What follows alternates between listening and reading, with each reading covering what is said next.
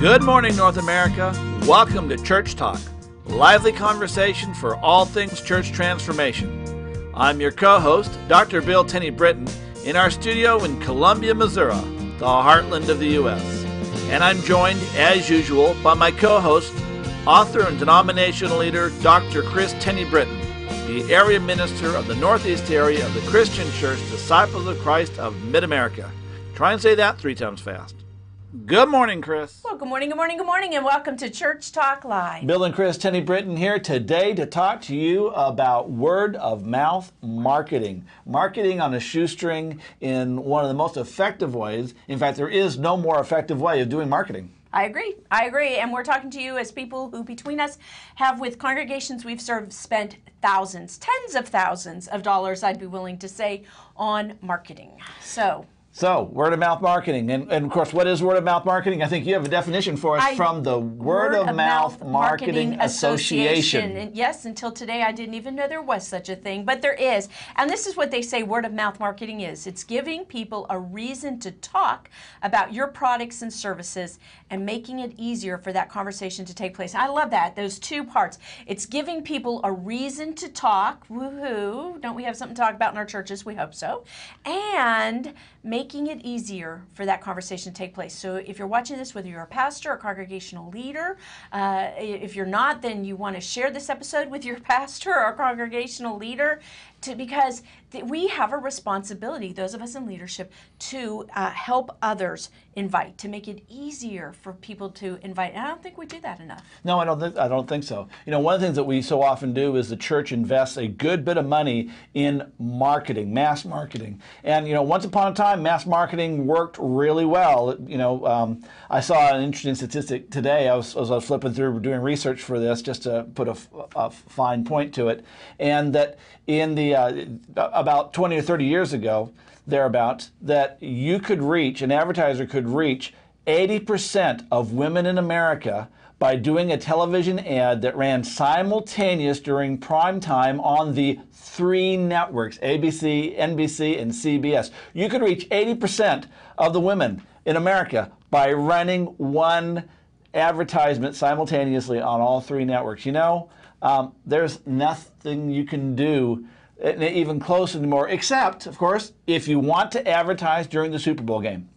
And if you have $2.25 million to run a 30-second ad, hey, you go for it. But most of us, no way. Well, really, but let's go beyond that. If that's great. If you're this multi-cell congregation, you know, or you've got satellites all over every place. But for those of us that are in these communities, you know, how many folks are going to be watching that? And quite honestly, in some of our communities, they would see that ad and they'd say, what a wasteful, haughty congregation that is. Don't they have something better to do with their money than to buy airtime? Couldn't they be feeding the poor? Oh, how Christian does that sound? Okay, let's move on. Let's move through this. Well, what I want to say is that marketing helps. Don't get me wrong. Mass marketing can help, but you can't rely on mass marketing because it is not sustainable.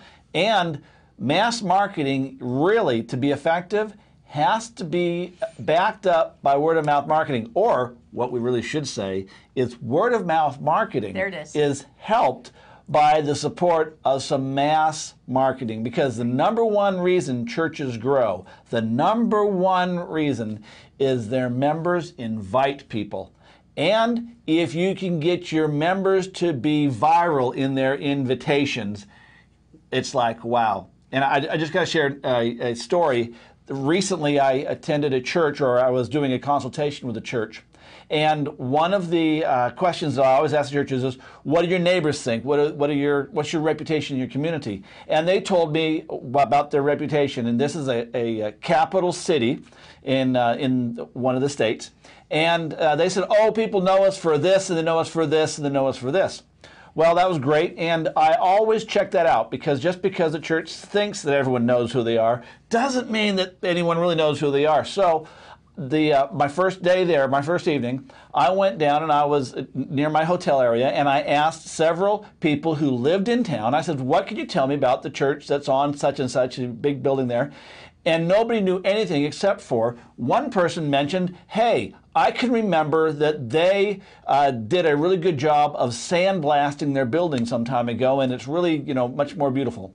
That was the only thing they knew. So I went the next day to the church and I mentioned that to the members, and they got pretty indignant. And so I thought, well, maybe I missed it. Maybe. So I went down to a local restaurant that was within eyesight of the church. And I said, what can you tell me about that church I'm thinking about going? And 3 people, all of them said, I can't tell you anything about this church, but. And then 2 of the 3 people told me about another church in town. They said, oh, you'll love this church. It's fabulous, and they have these great services and so on and so forth. I said, well, how do you know so much about it? He said, well, I have a friend who goes. I've never been. Here are people who don't even go, several of them, telling me I should go to this other church. Folks, if you can get even non-members advertising your church for you, talking it up, inviting on your behalf, hey, you've got it made. And that story is repeated in city after city after city because some church or a couple of churches is doing something right and getting a reputation out there. Their members are excited, and they're so excited they talk about everyone. Their members are viral. And so we want to jump into how do you make it easy for your people to invite, and we'll talk, well, actually that really leads up to how do you make your members viral? What does it take to get them there? Make them viral. That doesn't always have a great connotation. I'm thinking, whoa, what does that mean? But viral. That reference really does come to things like YouTube, right? On social media, and some of you, hopefully all of you, are familiar with YouTube, where somebody will post a video, and there are thousands of videos posted a day, but there will be a few that thousands of videos posted every hour. Every hour, okay. Shows you what I know about YouTube. But maybe you get them in your mailbox. You got to go see this video. You got to go see this video. And these are those viral videos that somehow are touching a need or something in one's heart to move on. Well, likewise, so to help people to be viral, fabulous worship services.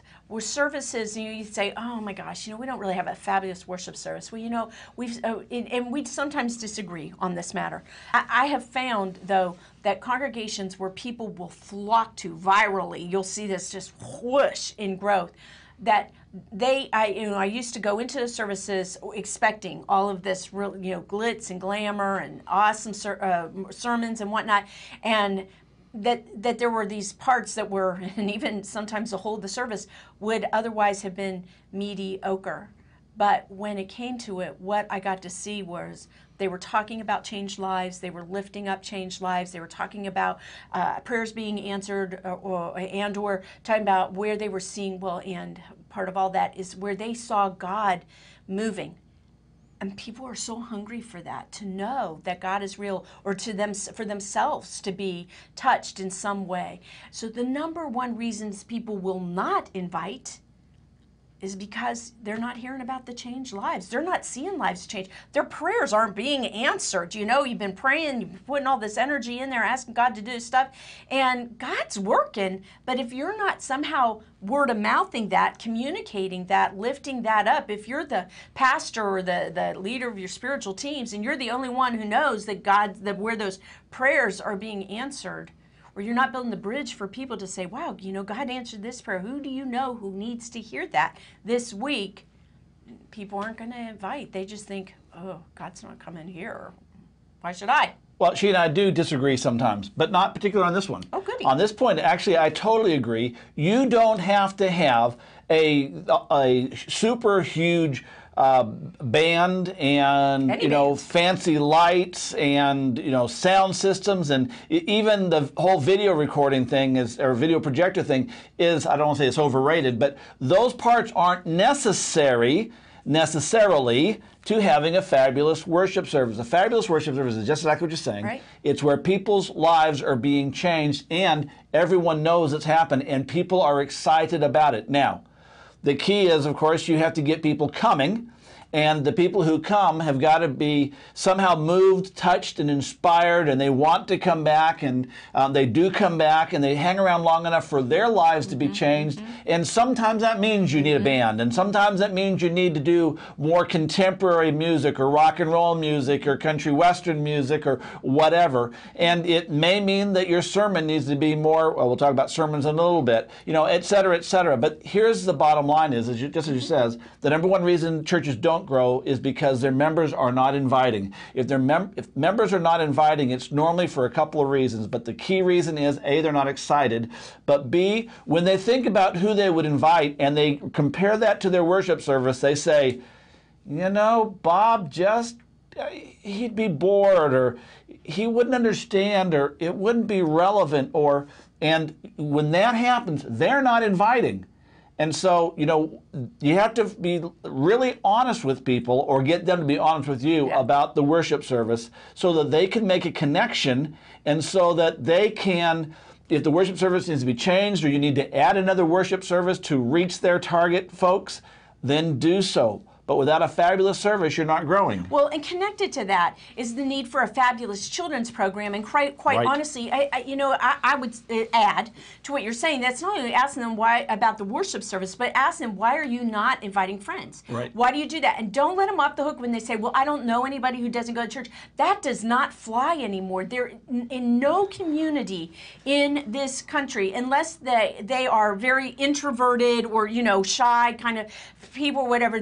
That may be why, or if they've been sick, but those aren't the ones you want to be asking. You want to ask the people who are connected out there, or are out and about. Have a real job outside the church. Why are you not inviting? And the second reason often is, well, some of the people I'd invite have kids, and I don't know what would we do with their kids. Now, of course, we've done some recent episodes even, but you can do a search on this site and put it, just type in children, and pieces will come up. But if you want to make it easy to invite, you'd be thinking through your children's program and your nurseries. Effective guest friend in nurseries. I was trying to do S, right? Yeah. Nurseries, 5 S's, I don't know. Anyways, and work on those services and see what's happening. Another way of making it easier for your folks to invite is, Pastor, it's time to do sermon series. If you're not doing sermon series, you're really missing the boat in today's era. And we're going to do an upcoming episode on sermon series, and so we're not going to go too awfully deep in this, with the exception of you need to do them because, number one, a sermon series of 4 to 6 weeks long, and no longer than 6 weeks normally, and no less than 4, allows you to gain some traction for invitability. It also, by the way, increases your retention. People are more likely to come back if they come to one episode and there's another episode or another, sermon that's going along with it. And generally, if you can get people to come back 3 times, if you can get them there 3 times, 4 is a beaut, that your chances of them becoming regular members, or regular attenders, and then even members down the road, increases exponentially. Exponentially. It does indeed. Exponentially. But it makes it easier to invite if you have sermon series that people can invite to. Hey, we're doing a 6-week series on, you just missed the first one, but I tell you what, the rest are coming, or I was so excited about what we experienced yesterday, you've got to come hear the rest of the series. The way you get people to talk about that, of course, is number one, you have to do sermon series that are answering the questions that people are asking. Go ahead. Oh, sorry. Not the ones that you think they should be asking. Yeah, they don't really care about the Trinity. We hear all the time. Atonement theory. Yeah. Well, we'll hear people say, why aren't people interested in such and such? Well, hello. The question isn't why aren't they? That might come down the road. The question is, what are they? Right, exactly. And preach to that. Right, and it's going to vary from community to community, but generally speaking, they're going to be asking questions about relationships. They're going to be asking questions about ethics. How do I make this work in my workplace? Finances, parenting. Those are biggies. Well, with workplaces, not how do I make this work in my workplace, but how do I make this work because I don't have a workplace right exactly. now, right? Okay, so be addressing questions that people are asking. The other thing is you got to have titles that turn heads. Right. A sermon series that has a boring title well, I don't know, it's a boring title is just not the way to go, folks. And I can tell you that the flip side is a confusing title, a title that doesn't really tell your a guest or someone who's never been in church what this might be about. That's not going to help either. So if you're doing one on men and accountability, you probably don't want to call it men and accountability, because people are going to go, yeah, well, I don't, you know, guys who need guys or something like that, you know, and help you, whatever. You can do something. Courageous, something, I mean, Right. just something like that. There's a new song, I just heard it today, and it's called Courageous, by I believe it's Mercy Me or Casting Crowns. Anyways, it caught my attention, and it's really a song for guys, and it's just a great song about guys and really challenging them, but playing off that, you know, what happened to being courageous. All right, so there you are. So sermon series is another way of helping to create invitability, to help the viral part.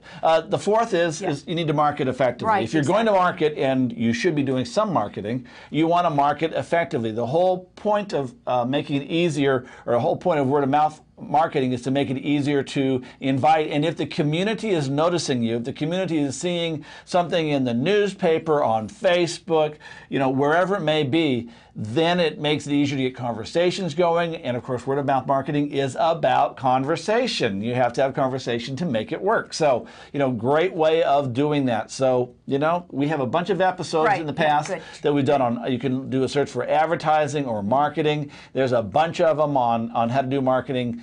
Go take a look, because there's some very inexpensive ways besides word of mouth marketing. Right.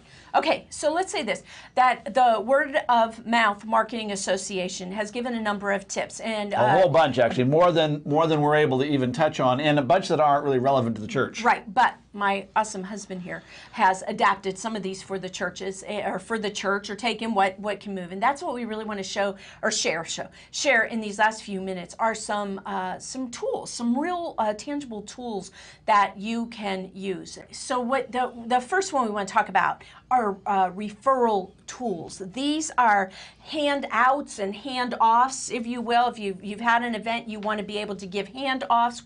What's coming up, you want to be able to hand them cards or handouts. So when you're going to preach on your series, you have little cards that you can put in the hands of people. And I found it a good idea to actually have them start thinking about who they're going to hand out cards to before you ever hand out the cards. And then at least 2 weeks before, about 2 weeks before the event, you're saying, put these into people's hands. Now, it may not just be cards. It can be things. We've used candy canes at Christmas. You've heard us with a card attached. With the card attached, yeah. You've heard us recommend at Easter time, coming into Easter time, Easter eggs, and they have, the invitations are wrapped up inside. And yes, if you take my husband's advice, it also has candy inside. Yeah, chocolate, always chocolate, and something like that. Or jelly beans. Or jelly beans. That's probably better. Mail them too. Sugar-free. But flyers, they may be flyers. Again, we've used all kinds of pieces. A great one is to do like Christmas cards before Christmas. You hand everyone in the congregation 3 Christmas cards, and they write an invitation to the Christmas Eve service and to someone, and they address the envelope, and the church provides the stamps, and away you go. I've seen little pumpkins used where they've written invitations on small pumpkins and have sent them home with folks. So you can be as creative as you want to, and if you're not a creative congregation, don't worry. You just do it simply. It's got to look good though. Check your spelling. If you're cutting it yourself, make sure that you've cut it straight. Let me tell you, because we don't always do that, that Office Depot, Staples, those kind of places, they do very nice cutting jobs. So there you go. Okay. Another one is buzz marketing. Mm-hmm. Creating a buzz, and you want to get the news out to stir up the media, and there's nothing against doing that anonymously or to do that under a pseudonym or to get someone to help do it, but you want to get the news over to the news people. Right. One of the things that you need to remember, or you should remember, is that the news media is as hungry for good news as you are to have your event advertised. The problem is that they understand the difference between advertising and news, and they're not the same. And so it's really helpful to learn how to write a good public service announcement for something that's going on, or to write a good news release. And there's a bunch of books that you can get on that. There's a lot of stuff online that you can just surf through and find how to write that, because if you can get anything out of the box, anything really different, the news media will pick up on. I've been on Good Morning America. I've been on National Public Radio. I've been in national newspapers based on little news releases and public service announcements that we've done from out-of-the-box events. And talk about a buzz. People start talking. You show up on national TV or even local TV for the news because of something your church is doing. People will talk about it, and you can leverage that with word-of-mouth marketing. Well, and the beautiful part to that, just to add this other little piece, is if you're called to be an influence, your congregation or you, to see that go beyond. This ministry that you've done years ago, we were clean across the country in a different part, and someone was like, our church is going to do this. This is years later. Our church is going to do this thing. I had seen something on one of the news, and it's like, oh yeah, I know exactly what you're talking about. And they got the idea. It was the exact same idea, same name as what you had done all those years earlier. So that the way those influences and the ways we get the opportunity to influence the world, not just our community. Well, let's keep moving on this one. Viral marketing. Here's that word again. Viral marketing. And viral marketing is creating an entertaining or an informative hook. It could be a video. It could be some kind of a program. But again, it's something that catches on in ways that really go bonkers. Well, it's the whole YouTube thing. If you can pull off a YouTube video that's really catchy and funny and goes viral, which means, a million hits or something like that in only a couple of weeks, you're in, because again, it has lots of buzz. It creates an opportunity for word-of-mouth marketing. But here's the deal. Yeah. Is that you have about as much chance of getting something going electronically viral as you do winning the lottery or getting hit by lightning, if that's a metaphor you'd prefer. Here's the deal. You don't have a whole lot of chance, but if you don't play the game, you have zero chance. So go ahead and create the videos. Go ahead and create the entertaining ideas and so on, and get them out there, because they do hit. And it may be 1 out of 1,000 or 1 out of 100, but it only takes the one to get your name on the map. And if you're doing them anyway, and especially you got a 14-year-old, 15-year-old who likes to do YouTube videos, get them doing stuff. So that's it. It can work, and it does work for some. Another one is influencing or influencer marketing, and that is, networking essentially with finding influencers in your community who you can network with. You might want to call that evangelism, or at least that's one aspect of it. But networking with people who have influence and who can take your message to others. So of course you have to have a message or something going on that they find worthy of passing on. Now, you got to be really careful with this, because a lot of us have been taught for decades, literally, that one of the first things you should do as a pastor in a new community is go and join one of the major service clubs, and in some communities it's the Lions, some it's the Kiwanis. A lot of people are over the top when they're asked to join the Rotary, but part of the problem is you've got so many ministers who've joined that for the same reason you have, and so you're already in, you might call it a Christian ghetto, where all you've got already are Christians there, or people who are sold outside organization, or people who have already been, if you will, inoculated against the gospel because the four ministers have hit them up and hit them up and hit them up and hit them up over and over and over right, again. Exactly. But it may be an organization where people will be supportive of the work you're doing because you're supportive of the work they're doing. Maybe Rotaries is a bit like that. I'm not exactly sure, to be honest. But something like the in some communities, not all communities, the Chamber of Commerce, that you're there and people want you to be speaking on their behalf, of course, and you can expect them to speak on your behalf, and you should before you join. Or will they do that? Or who are these? And if you're doing good work, okay, like, let's be real about this. It isn't really just about having a fabulous service or having a fabulous children's program. This is about doing fabulous work on God's behalf. If you're doing that, then other people are going to want to help you be successful and provident in that work. One of the congregations I served many years ago had their women's ministry had for several years handed out bikes, given bikes to children that might not otherwise have much Christmas. And one year someone said, we maybe ought to talk to a guidance counselor at school. I bet they'll know. And that guidance counselor just happened to be a great influencer and was so excited about that not only did he return to church, he ended up joining that church and telling people all around. And so that ministry multiplied into other churches and also multiplied people coming into that particular congregation. It was really an exciting time. Well, that's not unlike the next kind of marketing, which is cause marketing. And Yes. Cause marketing is working with another cause that has similar aims as you do in order to hopefully get some reciprocal conversations going. And they'll represent you, you represent them, etc. And this is the number one reason why churches generally in most communities have no business being a food bank purveyor.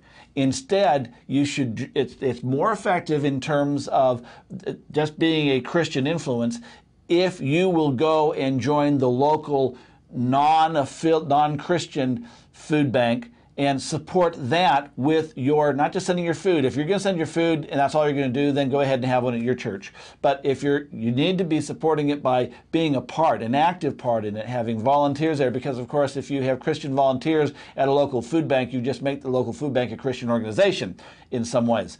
But you have more influence there, and your cause and their cause are symbiotic, and you can share each other. Right. And, as I'm thinking about that, I think sometimes we get involved in those ministries because it is a very maternalistic or paternalistic, there's still this sense of let's help the poor and, they'll be so grateful that they'll come to be here. But in these cases, it may be part of the touch of people that you've got that are in need, and it may be people that are in need but not necessarily food resources, right? They may not be food insecure. Or a number of other, Yeah. whether it's food or whatever. It's about supporting other causes. Okay. Conversation creation. Exactly, which is really important in all of these settings. Right. Or these exactly. latter settings. Well, it's important in all of them because word of mouth marketing is about conversation. Right. It's totally, 100% is about marketing. Or it's about conversations, it's about word of mouth. So conversation creation, and that can be done. You can have the buttons, those were real popular for a while now. People, but a T-shirt that is attractive, or a polo shirt that has a logo on it, or something that invokes a question. But if you're going to use buttons, again, I want to say, we two of the pieces that we've used in a church, we were the Rock Church, and we had My Church Rocks, and so that generated conversation. Another one was we're the Church of Perpetual Digression, because you could be on any kind of topic, but we'd go all over. But then that church specialized in ADD and ADHD, but also in being able to take conversation or go in conversation wherever people were. And we were able to then mold those conversations with people around those buttons. And every one of our leaders on any given day, depending on where they were going or who they knew they were going to be, would have one of those buttons on. Okay, whisper campaigns is another way of doing word of mouth marketing, and you're the queen of whisper campaigns. Well, I never heard of that until a few years ago, and we were doing some exciting things in our church, and the church I was pastoring, and we didn't have any kind of a budget. And this woman who worked with one of the civic organizations in town said, we love to do whisper campaigns. And I said, what do you do? She says, you go out into crowded places and you start to whisper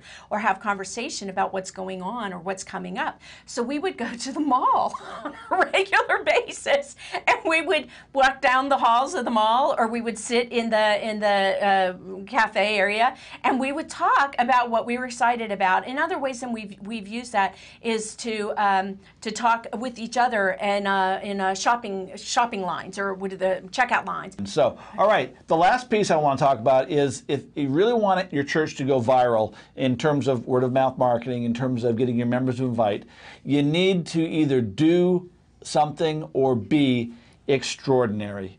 We talk often about a signature ministry. That's the one thing you do better than anybody else. And one of the biggest issues we have with churches is they're trying to be everything to everyone. You can't be everything to everyone. Even a mega church can't be everything to everyone. What's the one thing you are passionate about and you do better than anyone else, and leverage that, get better at it, get well known for that?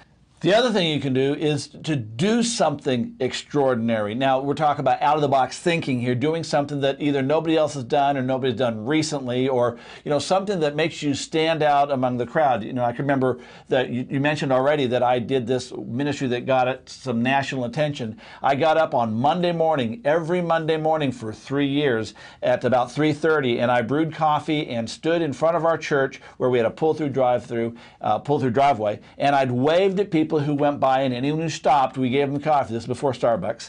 And, I'd give them a cup of coffee, and they got a little card, a blessing card that had the little logo of the church on it, and then, some sort of a benediction. May God be with you this day, da-da-da. And it took almost a year of me doing that every day. But we got national attention, but beyond that, we got local attention. We had 25,000 cars go by the church on Monday morning between those hours. I was there for 2 hours a week. And, people talked, and it was an extraordinary thing in terms of nobody else was doing it. And, it wasn't very expensive, really. So think, what can you do that's extraordinary, out of the box, that will get, in a positive way, by the way, yes, get you some positive attention, yes, and, create a buzz so that it makes it easy to have conversation. Well, I want to be able to say this last piece, if I might get the last word okay. this time, or one of the last words, and that is, if currently the word of mouth for you, or the word of mouth marketing for you is negative, don't think that you're going to do all of these pieces and turn it around. We do have an episode out there about how to turn around your reputation. That's probably the episode you really need to be watching right now. You don't want to really waste your influence or look like a fool, quite honestly, or what is it called, bait and switch, say one thing when it's really something else. So know that that piece is there, and just because you do effective word of mouth marketing, if you can't retain them, right, if you can't get folk to come back, or they don't want to go back, or you're really twisting folks' arm to get them to do this because what you're thinking isn't true, then you've got a little bit of word of mouth marketing to do within the doors of your congregation before you start to market outside. All right, we're out of time. Thanks for joining us. We'll see you next week. Have a good week.